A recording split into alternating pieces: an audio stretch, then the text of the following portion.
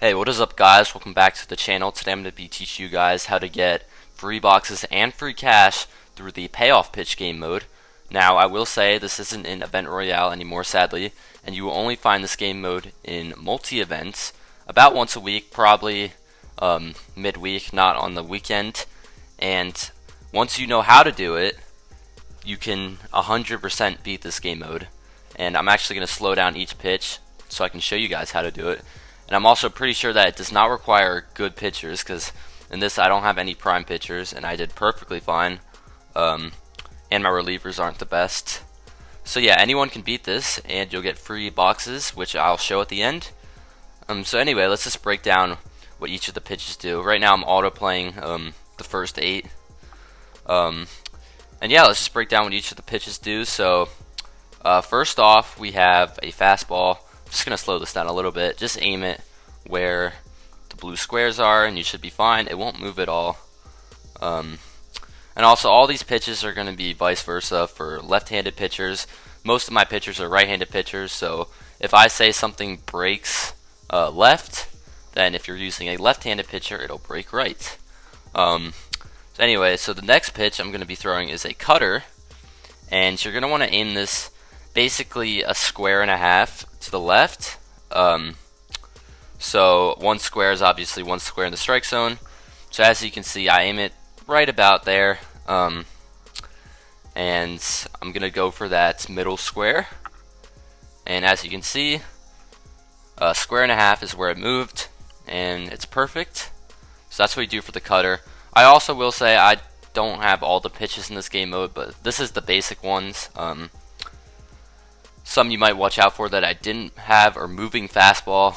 That's the only one you should throw for a ball. All the others you can throw for a strike, but moving fastball is the only one that is not consistent. And here's the most important pitch, in my opinion, the curveball. You're going to want to aim this basically top right corner to get it to the bottom left corner, so it moves diagonally down 3 squares. And I'm aiming for the top right corner so I can get it into that bottom left square. I actually aimed a little bit too high, however, I was still fine. As you can see, that's where I aimed, and that's where the pitch ends up. So, down 3 squares diagonally, and it's a perfect pitch. And then next, here's the fastball. A general rule of thumb is try to aim towards the higher part of the zone. And actually, let's go over 2-seam fastball. This one goes down diagonally to the right 1 square. Usually you can just look at the little symbol they give you to tell you where the pitch goes, but this one will go down diagonally right square, as you can see. And I actually threw it almost a little too low, however it did end up working out. As long as you get it in that square, you should be fine. And there's an out. And yeah, but like I was saying, you should aim for the top part of the strike zone generally, because you don't want ground balls, because they can hit ground balls to move the runner. And here's a changeup. Just aim this like just a little above the blue square, just a little, not that much. And as you can see, I'm aiming for the top part of the zone so they don't hit ground balls, because that is not what I want. And yeah, and the slider, here's another really important one. For this one, you're going to aim it 1 square up and then 3 squares to the left. So I'm going to aim for that that right middle square, and it's going to end up in that bottom left square. And that's what the slider does. This one took me a little bit to understand, but it's real easy. And actually, never mind, I aim for that top right square, and it's going to end up in the left middle square, as you can see. So there's the movement. Aim 1 square up and 3 squares to the left, of course for righty pitchers. And here's another changeup. Again, I'm aiming for that top part of the zone, and it works perfectly.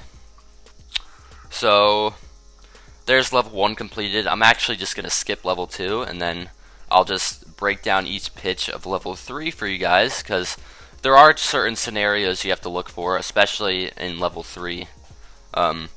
Most notably, level 310. This specific tower was only 3 levels. That's how they will be in multi-events. Unless they bring it back to Event Royale, which I hope they do, actually. Honestly, I could see them making this game mode a little bit harder, because it was really easy for me. Like, I didn't fail once except on autoplays. So yeah, now I'm just going to autoplay through level 3, and I like to stop at 6 for this level, at round 6. And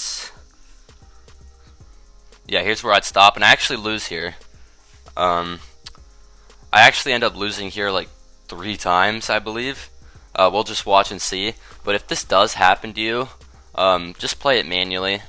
I don't know why I kept auto-playing, but if you keep losing to the same person over and over again, just play it manually, because the one great thing about payoff pitch is that if you play it manually, you'll never lose, versus with walk-off hero, on the other hand. A walk-off hero, you never know what's going to happen, versus in this game mode, you can guarantee where the pitch goes. As you can see, I lost again. I think I tried one more time to autoplay it, I'm not sure.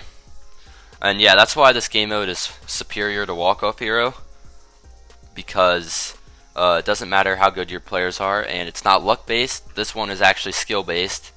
The only other skill-based game mode in this game, honestly, is Target Bash, and Target Bash is just really hard to do. Like, I'm not very good at it. Like, I know how to get good at it, I'm just not good at it. And let's see what I do here with Cameron Maidman. Yeah, here's the one where I actually manually play it. So first I'm going to throw a fastball towards the top of the zone, of course, so he hits a fly ball, and looks like he didn't swing, because I really don't like when they hit ground balls. Here's a slider. Here's a lefty pitcher, by the way. So here I'm actually going to aim a little up, and I actually missed there, but he still swings.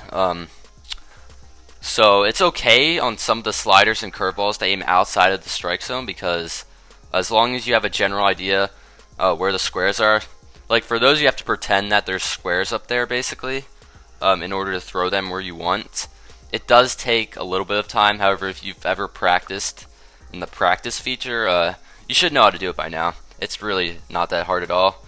And here I was just a little impatient, threw it middle, but again, it's a blue square, so it doesn't matter. And again, change up.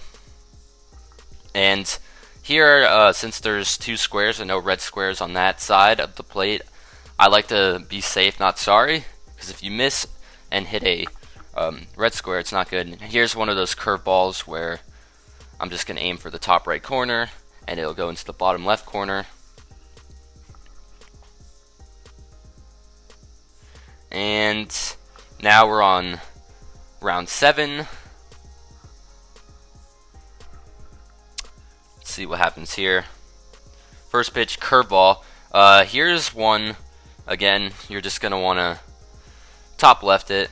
Really, the only squares you can throw a curveball for a strike are the bottom 4. So the middle, bottom middle, left corner, and left middle. And here's a curve where I'm going to try to do that again. Once you get to this stage, it does take some skill, because they mostly throw curveballs at you. However, if you're good at it, it should be really easy for you. And again, aiming for the top part of the zone. And strike 3. So now we're on 8-10.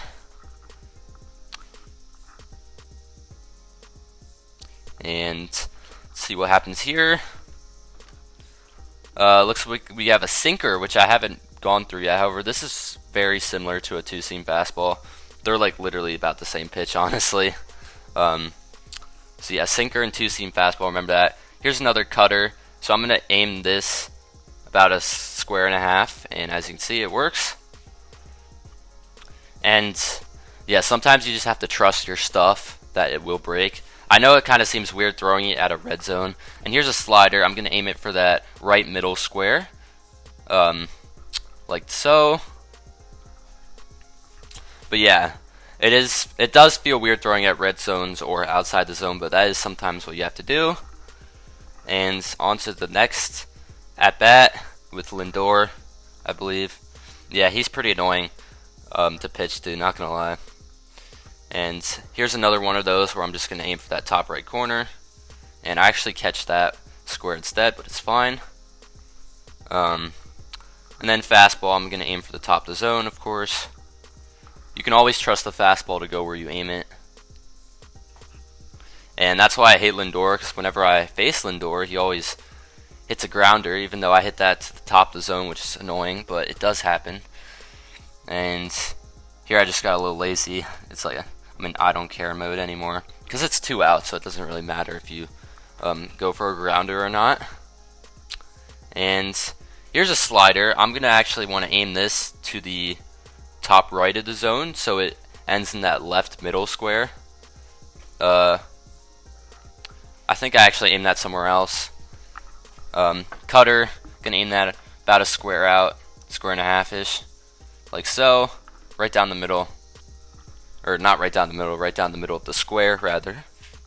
And then in fastball, just gonna throw it to that bottom left. Unlike walk-off hero, it is good when it is a tie and it goes into extras, because the bases are empty, so it's basically impossible for the opponent. And then here's against Chris Taylor, I believe, and this is basically just all curveballs, if I'm gonna be honest. Here's a curve.